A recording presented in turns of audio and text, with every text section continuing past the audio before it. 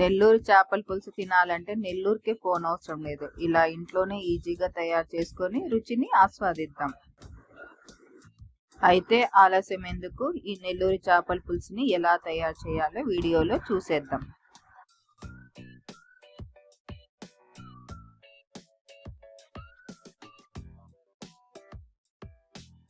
ముందుగా ఒక బౌల్ తీసుకొని ఇలా ఒక చేతి నిండుకొచ్చేటట్లు చింతపండు తీసుకోండి. ఇది 150 గ్రాముల వరకు ఉంటుంది.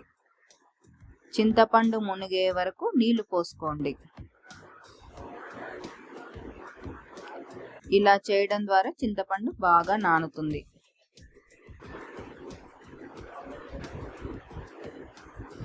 ఇప్పుడు ఈ బౌల్ మీద ఒక ప్లేట్ పెట్టుకొని ఒక హాఫ్ అన్ అవర్ పక్కన పెట్టుకోండి.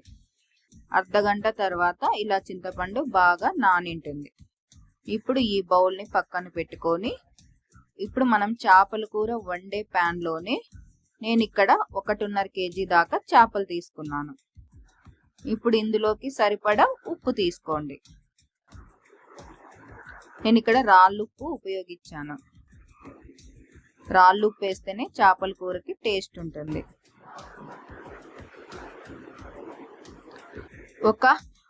ఒక టీ స్పూన్ వరకు పసుపు. చేపల కూరకి కారం బాగా పడుతుంది కాబట్టి నేను ఇక్కడ కాశ్మీరీ చిల్లీ పౌడర్ తీసుకున్నాను, కలర్ కూడా రావాలని.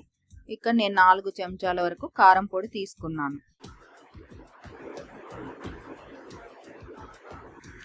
ఇప్పుడు ఉప్పు, పసుపు, కారం ముక్కలకి బాగా పట్టే విధంగా కలుపుకోవాలి.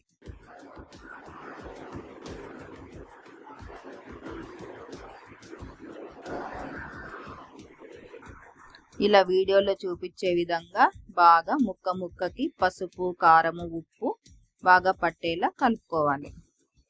ఇప్పుడు ప్యాన్ ని పక్కన పెట్టుకొని నేను ఇక్కడ ఇలాంటి ఉల్లిపాయలు 3 తీసుకున్నాను. వీడియోలో చూపించిన విధంగా కట్ చేసుకోండి.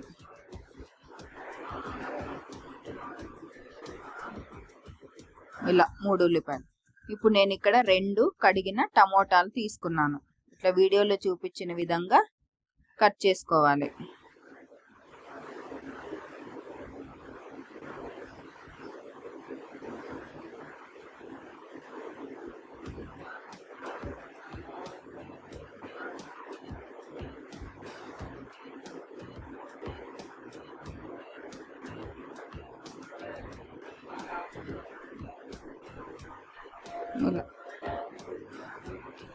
ఇక్కడ నేను ఒక పచ్చి మామిడికాయ తీసుకున్నాను.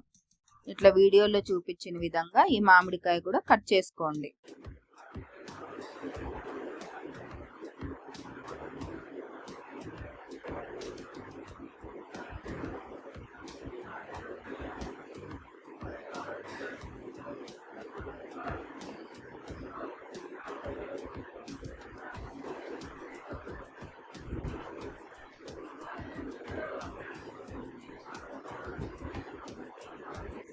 ఈ మామిడికాయ ముక్కలే నెల్లూరు చేపల పులుసులో అసలైన ఇంగ్రీడియంట్.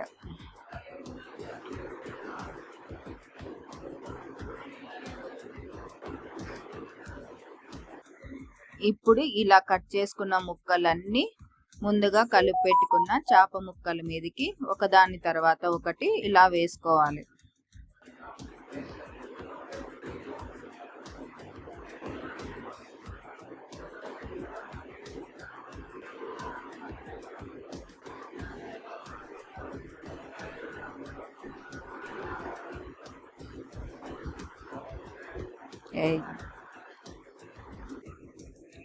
ముందుగా నానబెట్టుకున్న చింతపండు ఇలా రసం పిండుకోవాలి. ముందుగా నానబెట్టుకున్న చింతపండులో నుంచి ఇలా చింతపండు రసాన్నంతా పిండి పోసుకోవాలి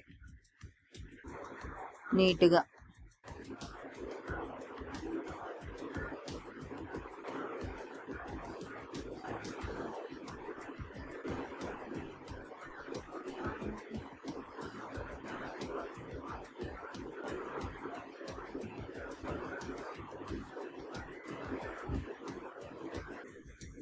ఇలా బాగా చింతపండు గుజ్జునంతా ఇలా పిసికి దాంట్లో నుంచి రసం తీసుకోవాలి.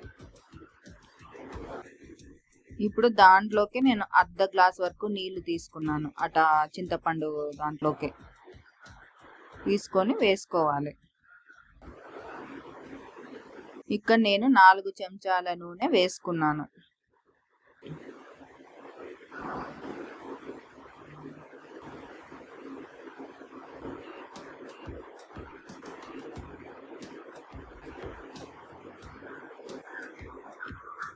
ఇలా అన్ని వేసుకున్న తర్వాత కొంచెం కరివేపాకు, ముందుగా కడిగి పెట్టుకున్న కరివేపాకుని ఇలా తుంచుకొని వేసుకోవాలి. ఇది మంచి ఫ్లేవర్ని ఇస్తుంది కూరకి.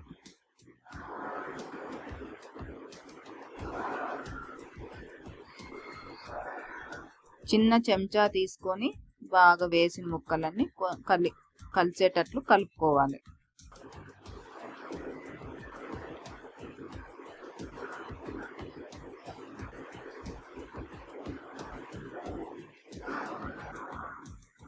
ఇలా కలిపిన తర్వాత ఈ ప్యాన్ని పక్కన పెట్టుకోవాలి. ఇప్పుడు స్టవ్ మీద వేరొక ప్యాన్ పెట్టి ఇందులో 1 టీ స్పూన్ జీలకర్ర, 1/2 టీ స్పూన్ ఆవాలు, 1 టీ స్పూన్ ధనియాలు, 1/2 టీ స్పూన్ మెంతులు వేసుకొని బాగా కలర్ వచ్చే వరకు ఫ్రై చేసుకోవాలి. మరి ఎక్కువ మాడనివ్వకూడదు, లేకపోతే కూర చేదైపోతుంది.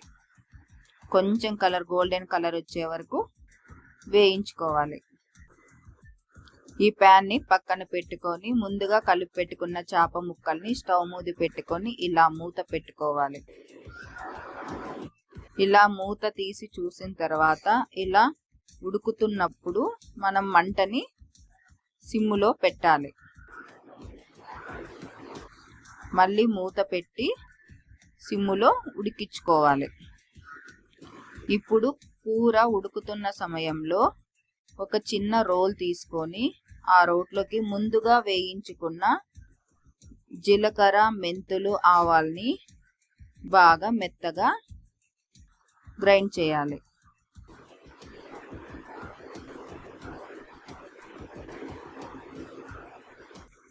నేను ఇక్కడ ఒక పూర్తి వెల్లుల్లిపాయని పొట్టు తీసి దంచుకుంటున్నాను.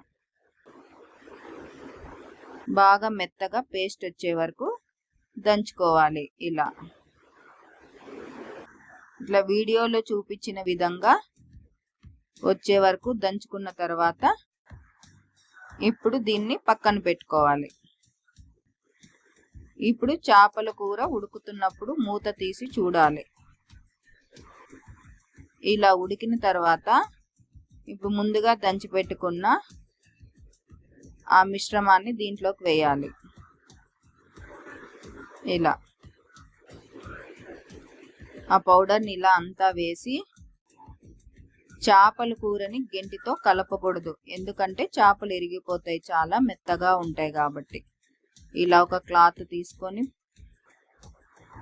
వీడియోలో చూపించిన విధంగా చేపల కూరని చిన్నగా ఇలా కలపాలి.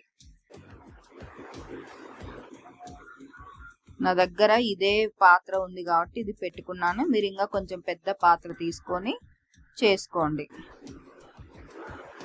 ఇలా బాగా చేపల కూరకి ఆ పౌడర్ మిక్స్ అయ్యే వరకు కలుపుకోవాలి. మళ్ళీ తర్వాత మూత పెట్టుకొని ఇప్పుడు 10 నిమిషాల వరకు సిమ్ములోనే ఉడికించుకోవాలి. చూడండి చేపల కూర ఎంత బాగా తయారయ్యిందో. ఇప్పుడు ముక్క ఉడికిందో లేదో చూడాలి. చూడండి ఎంత బాగా చేప ముక్క ఉడికిందో. ఎంతో రుచికరమైన నెల్లూరి చేపల పులుసు రెడీ. ఇప్పుడు స్టవ్ ఆఫ్ చేసి కూర చల్లగా అయ్యే వరకు వెయిట్ చేయాలి. చేపల కూర ఎంత చల్లబడితే అంత రుచి. చూడండి పులుసు ఎంత చిక్కగా ఉందో, చేప ముక్క ఉడికింది. ఇలాంటి మరిన్ని రెసిపీల కోసం ఈ ఛానల్ని సబ్స్క్రైబ్ చేసుకోండి. ఈ వీడియో మీకు నచ్చినట్టయితే లైక్ చేయండి.